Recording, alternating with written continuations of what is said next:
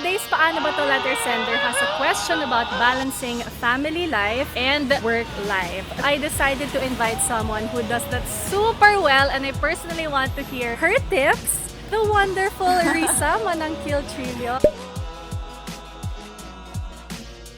Hi, Riss! Thanks for having me. Thank you! Super busy schedule, but thank you. Thanks. So somebody wrote a letter. Let's call her Miss Pagod Na Pag-Uwi. Okay. How do you handle your time towards your work and family? Busy kasi ako sa work. 9 a.m. aalis na ng bahay. 9 p.m. makakauwi. Parang yung time ko sa family ko masyado nang maliit. Pag uwi naman, pagod na, gusto ko nang matulog. Paano ba to?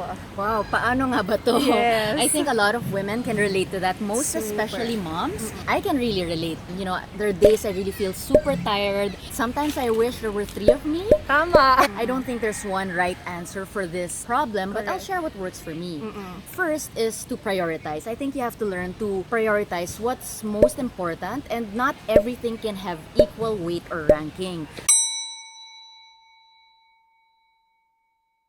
Otherwise, mababaliw ka and you'll be stressed all the time. So you have to decide, is it family, career, health, money? What's most important? I think if you've pinned this down, decisions will come easier. Okay.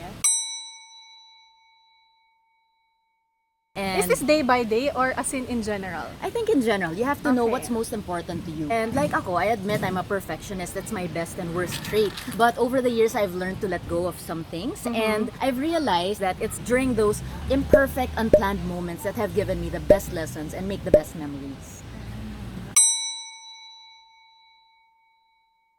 Second, wait, what was my Sige, second? I love it. She has notes. Okay. List. Okay, so, So second. I think is about efficiency. You know, we're in an era where everything comes so quickly. We juggle so many things, and you want to surround yourself with things that also multitask and work as hard as you do. Okay.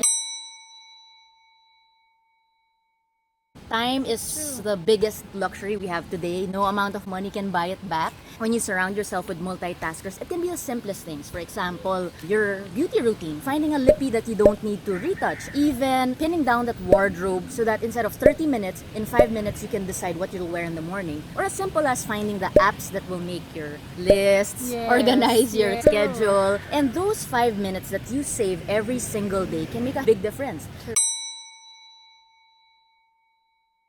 That's 5 minutes of extra sleep, 5 minutes of bonding with your kid, or 5 minutes catching up with your BFF. Ang laking bagay din. Yes, yun. and then in a month, that's an extra over 2 hours that Right. you can devote to things that are more important. So I think, you know, when you really pin down things that are efficient and multitask, you spend less time worrying about the little things, and you can Yeah. focus on the things that are more important to you, like family or things you're Yeah. passionate about. Yeah. I love that. May number 3? Of course! Grabe, may number. Okay. Because okay. it's coming from a mom, so it Yeah. also reminded me of how I was, you know, a first-time mom. Yeah. I think my third thing I want to share is don't be afraid to ask for help or accept help or delegate work. Because when I had Celestia, see, I wanted to do everything. I wanted to feed her, I wanted to bathe her, I wanted to wash and sterilize her bottles, I wanted to make her Yeah. food, I wanted lahat. Lahat, oo. Lahat. And my husband Paolo thought I was nuts. Yeah. You know, at some point, I wasn't the best wife. I was a sleep-deprived mom, and you can't be the best Right. for your family anymore. Right. When you learn how to accept help from other people, it means you know how to take care of yourself too. You can't take care of your family if you don't know how to take care of yourself. Yes, I love that. Yeah.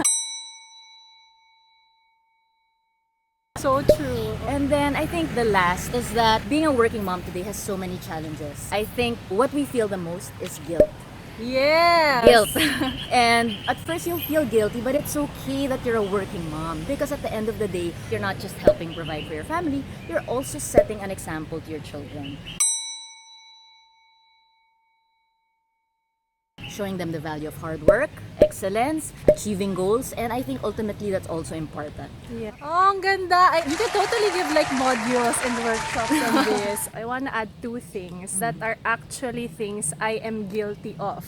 For working moms, working wives, or working girlfriends, konti na lang yung time mo for your loved ones. Whether it's a boyfriend, a husband, your parents, your kids. One is to put away the cell phone. I'm so guilty of this. Yeah. I'm playing with my child but I'm checking my phone every 5 minutes. Ang laking bagay nung just tell yourself, kahit 10 minutes, 20 minutes, or 30 minutes, your cell phone is on the table across the room. That's and your right. full attention is on your loved one. I'm always guilty of that. So gusto ko rin baguhin I yun. think maraming nakaka-relate dyan. It's funny how Yeah. technology is supposed to make things better, but it also compromises Yes. personal relationships, Yes. family. So I know we have to check that work email or work message, pero I think set something for yourself. Yung time na kaya mo na full attention dun sa loved one mo. And second is, if you're tired from work, don't let it out on your loved ones. There are times na nasungitan ko yung husband ko kasi I had a bad day at work. Punching bag, no? Yeah, and he'll go, if you had a bad day at work, I had nothing to do with that, That's so true. don't let it out on me. Kumbaga, what I'm trying to say is, yung konting time after work that we have with our loved ones, really make it a happy Beyond time. 100% for them Yeah, talaga. positive vibes. At least yung quality of the time you spend together is there. I'm super guilty of that, kaya this Me advice, too. this advice is for you. For So, yeah. you, and you. Yeah, it's really hard. Wala, we have to make do. Thank you so much. And I'll bring her home to her husband and kids now. Thanks, We bye. hope that helps you. Bye.